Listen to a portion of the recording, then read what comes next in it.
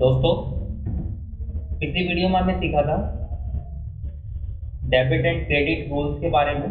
Debit क्या होता है, क्रेडिट क्या होता है। इस वीडियो में हम सीखने वाले हैं कॉन्ट्रा वाउचर। कॉन्ट्रा वाउचर क्या होता है, कॉन्ट्रा वाउचर का किस तरह से यूज़ करते हैं, कॉन्ट्रा में किस किस तरह की एंट्रीज आती हैं।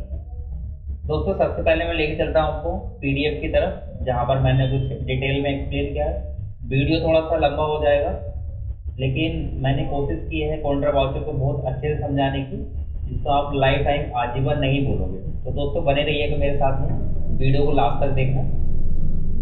तो दोस्तों, समझते हैं यहाँ पर कॉन्ट्रा वाउचर क्या होता है। कॉन्ट्रा वाउचर वह वाउचर होता है जब when companies cash account and bank account comes together, then this entry is posted through contra voucher. यानी कि जब कंपनी का खाता और बैंक का खाता दोनों साथ में आते हैं, तब इस तरह की एंट्री को हम कॉन्ट्रा वाउचर में पोस्ट करते हैं। एग्जाम्पल समझ लेते हैं कुछ, जैसे कैश डिपॉजिट इनटू बैंक। अगर बैंक में पैसा जमा किया है तो इस तरह की एंट्री आप कॉन्ट्रा वाउचर में करेंगे। ये कैश विड्रॉ फ्रॉम बैंक, अगर आपने बैंक से पैसा निकाला है तब भी आप एंट्री करेंगे कॉन्ट्रा वाउचर में। तीसरे प्रकार की एंट्री ये है कि अगर आपने अपनी ही बैंक में से दूसरी बैंक में, यानी कि अपनी ही बैंक में पैसा ट्रांसफर किया है, आपके जैसे दो अकाउंट है, एक एसबीआई में, एक पीएनबी में, तो अगर आपने एसबीआई से पैसा ट्रांसफर किया अपनी बैंक पीएनबी में, तब इस तरह की एंट्री में आपकी कॉन्ट्रा वाउचर में आएगी। चौथा, एक तरह की और एंट्री आती है, इसमें थोड़ा सा लिखने से भूल गया था मैं। अगर आपने एटीएम द्वारा भी पैसे निकाले हैं तब भी इस तरह की एंट्री कॉन्ट्रा वाउचर में आएगी। तो समझ लेते हैं थोड़ा सा।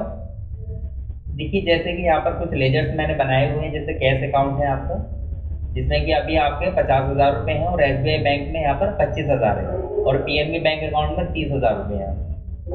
आप इसको चेक कर सकते हैं। देखिए, you can see your ledger balance. आप कहाँ से चेक करेंगे? आपके लेजर्स में, यानी कि आपके अकाउंट में कितना बैलेंस है। तो इसके लिए गेट ऑफ टैली में जाएंगे, बैलेंस शीट आपको मिलेगा। एसेट्स में आएंगे, करंट एसेट्स और कैश इन हैंड या फिर बैंक बैलेंस हम चेक करेंगे। तो दिखा देता हूँ मैं आपको।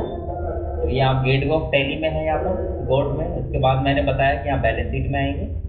उसके बाद मैंने बताया एसेट्स में आएंगे, फिर करंट एसेट्स में आपको आना है, यहाँ रिप्लेस करेंगे। फिर देखिए, कैश इन हैंड आपको 50,000 रुपये यहाँ है। इस तरह से थोड़ा सा बैक करेंगे। बैंक अकाउंट्स की हम देखें यहाँ पर, तो देखिए एचडीएफसी बैंक में 10,000 रुपये हैं, पीएनबी में 30,000 रुपये हैं, और एसबीआई बैंक में 25,000 रुपये। इस तरह से बैलेंस चेक करते हैं। अब करना क्या दोस्तों, हमें यहाँ पर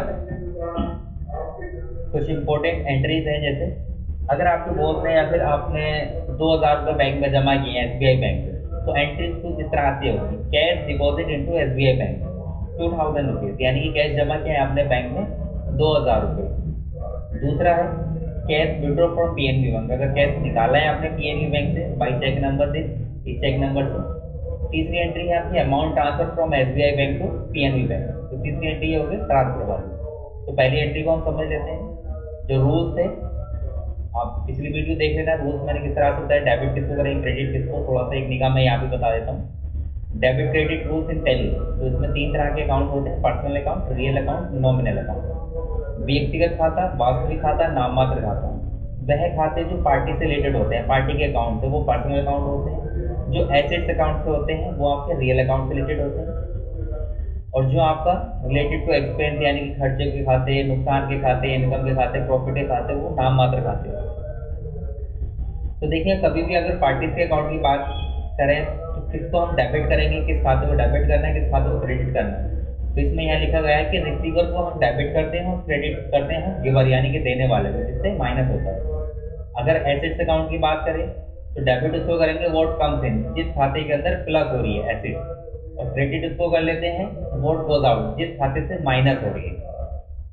दूसरा है डेबिट कर लेंगे यहाँ पर नाम मात्र खाते में जितने भी खर्चे के खाते होंगे या लॉस के खाते, और क्रेडिट कर देंगे इनकम के खाते और प्रॉफिट के खाते। चलते हैं पहली एंट्री की तरफ। जैसे cash deposit into SBI bank. आपने कैश जमा किया एसबीआई बैंक में 2,000 रुपये इस तारीख।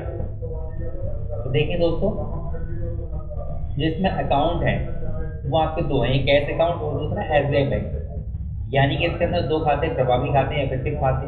तो 2,000 रुपये हमने कैश निकाल के एसबीआई में जमा किए। अगर आप थोड़ा सा पीछे नोटिस करें तो यहाँ देखिए, जो आपके पास कैश है वो 50,000 रुपये, और एसबीआई में जमा कर रहे हैं तो मतलब 25,000 है। तो यहाँ 48,000 आपके नकद रह जाएंगे, और यहाँ 27,000 हो जाएंगे। तो देखिए यही एंट्री है आपकी।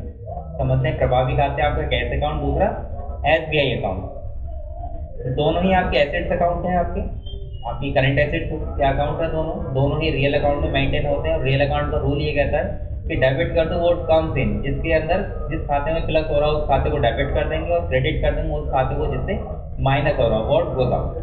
तो यहाँ आपको पता लगे, यहाँ देखिए कैश डिपॉजिट यानी कैश जमा हो रहा है, कैश माइनस हो रहा है, तो उसको करेंगे क्रेडिट और इसको करेंगे SBI बैंक को डेबिट, क्योंकि इसमें प्लस हो रहा है। अब इस एंट्री को हम थोड़ा सा टैली में करके देखते हैं। आगे अपने टैली में यहाँ पर इसके लिए आपको जाना होगा वाउचर्स में, गेट ऑफ टैली में। यहीं से हम, अगर आपके F5 पेमेंट में हो, रिसीट में हो, तो हम यहाँ पर F4 प्रेस करेंगे। वाउचर नंबर हमारा 1 है। 1 तारीख को हम एंट्री कर रहे हैं यहाँ पर, देखिए एंट्री आ रही है यहाँ पर। F2 से डेट चेंज कर सकते हैं आप इस तरह से यहाँ पर, बट मैं 1 तारीख को लेता हूँ। सबसे पहले क्रेडिट अमाउंट पूछ रहा है, यानी कि क्रेडिट किस खाते को करना चाह रहे हैं। तो अगर कैश जमा किया है आपने तो कैश माइनस हुआ है, तो हम यहाँ कैश को लेंगे पहले। अब 50,000 रुपये आपका यहाँ करंट बैलेंस दिखा रहा है, CR बैलेंस यानी करंट बैलेंस। तो यहाँ से हमने 2,000 रुपये निकाले हैं नकद में से और डेबिट करेंगे उस खाते को जिसमें आप जमा करना है। तो स्टेट में हमने जमा किया है, तो इसमें देखिए 25,000 थे पहले, अब 27,000 हो गए। अब यहाँ पर एंटर प्रेस करेंगे। अब थोड़ा बैक आ जाते हैं यहाँ पर। ये पूछता है किस तरह से आपने पैसे जमा किए बैंक में, तो कैसे जमा होगा, जाहिर सी बात है। एंटर प्रेस करेंगे यहाँ पर, एंटर प्रेस करेंगे यहाँ पर। अब नोट पूछ रहा है किस तरह के नोट हैं। आप यहाँ 500 के 4 नोट ले लेते हैं। अगर ये कम होंगे नोट यहाँ पर, जैसे 3 नोट कर लिए इस तरह से मैंने, तो देखिए लेगा ही नहीं यहाँ पर, क्योंकि कम है यहाँ पे अमाउंट, जो एलोकेटेड अमाउंट है उसके अकॉर्डिंग नहीं है। तो आप यहाँ 4 नोट डालें 500 के इस तरह से। बैंक नेम पूछ रहा है, स्पेस यूज करेंगे, बैंक का नाम लिख देंगे यहाँ पर। SBI बैंक में हमने जमा किए यहाँ पर।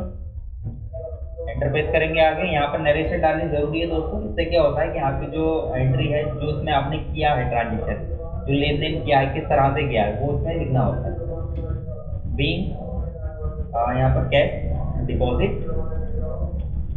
Into SBI bank on date, किस तारीख को किया है वो डेट हमने डाल देंगे, यानी किस तारीख को हमने किया है यहाँ पर, और एंटर प्रेस कर देंगे। तो दोस्तों ये एक तरह की एक एंट्री होगी। इस एंट्री को अगर देखना चाहते हैं, थोड़ा वापस आएंगे, बैक आएंगे, डे बुक में जाके आगे एंटर प्रेस करके देखेंगे इस एंट्री को।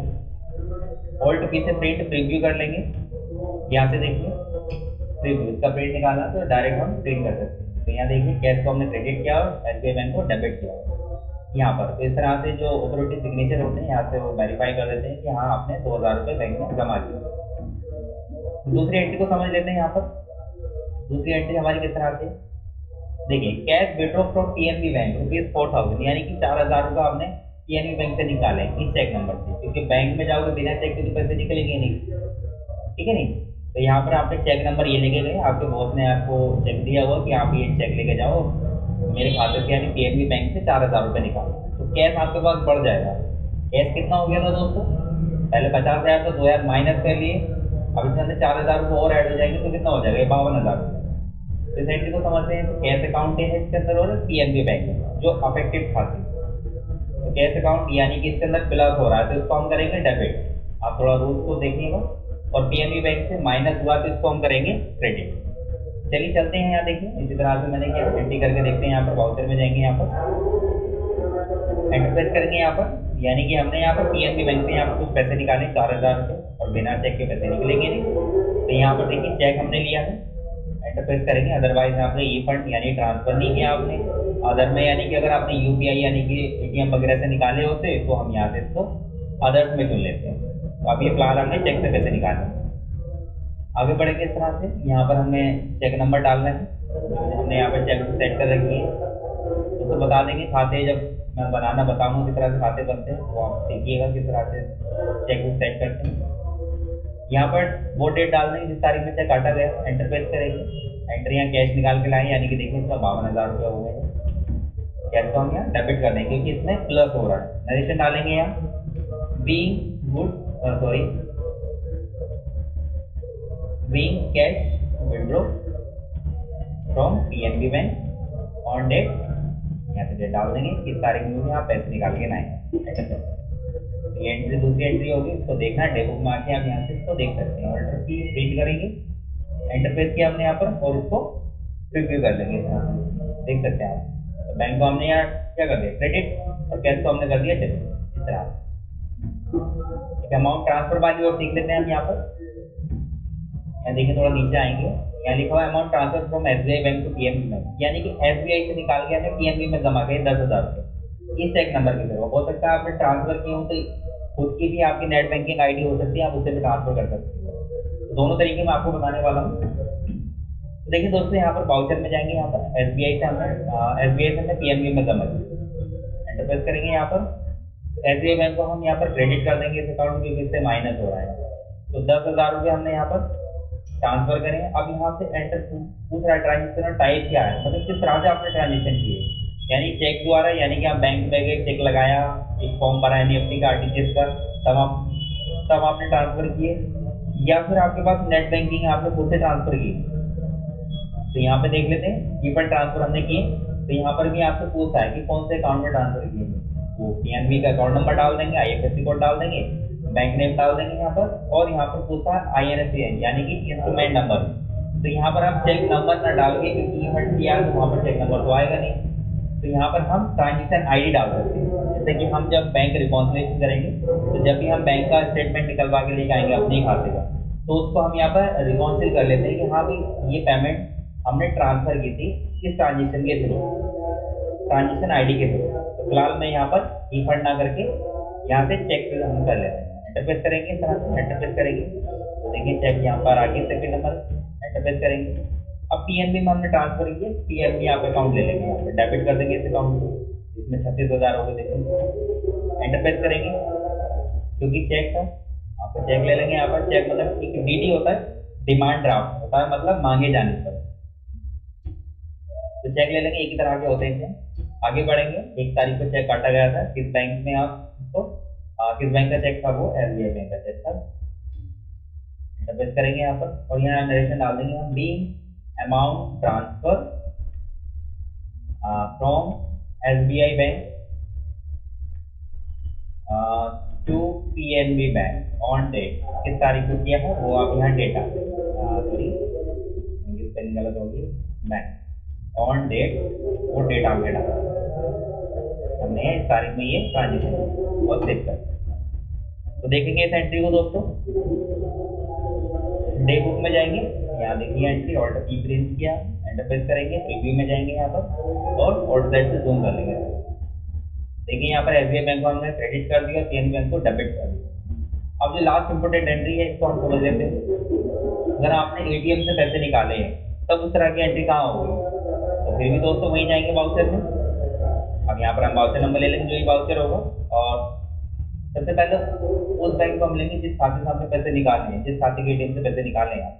तो जैसे हमने पीएनबी में आपका खाता है, हालांकि आप पीएनबी का आपका खाता है तो आप किसी भी एटीएम से पैसे निकाल सकते हो, जरूरी नहीं कि पीएनबी के अकाउंट से ही आप पैसे निकालें। तो यहाँ पर हमने पीएनबी से पैसे निकाले, यहाँ पर 5,000 रुपये एंटरप्रेस करेंगे। तो देखिए यहाँ चेक नहीं लेंगे आपकी बात में, लेंगे अदर, क्योंकि चेक से हमने पैसे नहीं निकाले, नहीं ये फट किया हमने, अदर में हम ले लेते हैं। यहाँ पर 5,000 रुपये निकाले, वो ट्रांजेक्शन आईडी जो होगी वो आप यहाँ डाल दीजिएगा। एंटरप्रेस करें, किस तारीख में निकालें पैसे, कैश निकालना है आपको, कैश आपके पास बढ़ जाएगा, तो अब यहाँ नरेशन हम डालेंगे यहाँ पर कि be cash withdraw from PNB bank by ATM on date, इस तारीख को आपने निकाला है, वो डेट हम पे डाल देंगे। एंटरप्रेस करेंगे इसको, हमने सेव कर दिया, क्योंकि ये जो हमने ट्रांजेक्शन किया वो किससे किया दोस्तों, एटीएम द्वारा किया। डे बुक में जाएंगे, यहाँ देखेंगे ये एंट्री ऑर्डर की प्रिंट करेंगे, एंटरप्रेस करेंगे। दोस्तों ये ये इंटरव्यू क्वेश्चन पूछ सकता है आपसे कि अगर आपने एटीएम से पैसे निकाले हैं तब उसकी एंट्री कहाँ करोगे। तो दोस्तों अच्छे से पढ़ के जाना, समझ के जाना, इसकी एंट्री हम कॉन्ट्रा वाउचर में करते हैं, ठीक है। आई होप दोस्तों आपको ये वीडियो अच्छी लगी होगी, और मुझे लगता है कि जब वीडियो अच्छी लगी तो चैनल को आपको सब्सक्राइब कर देना चाहिए। अगर वीडियो अच्छी लगी हो तो चैनल सब्सक्राइब कर दो, वीडियो को लाइक कर दो, दोस्तों में शेयर करना। और अगली वीडियो में हम पेमेंट के बारे में सीखेंगे, किस तरह से पेमेंट करते हैं, कितनी तरह की पेमेंट होती है। दोस्तों मिलेंगे नेक्स्ट वीडियो में, जब तक के लिए धन्यवाद।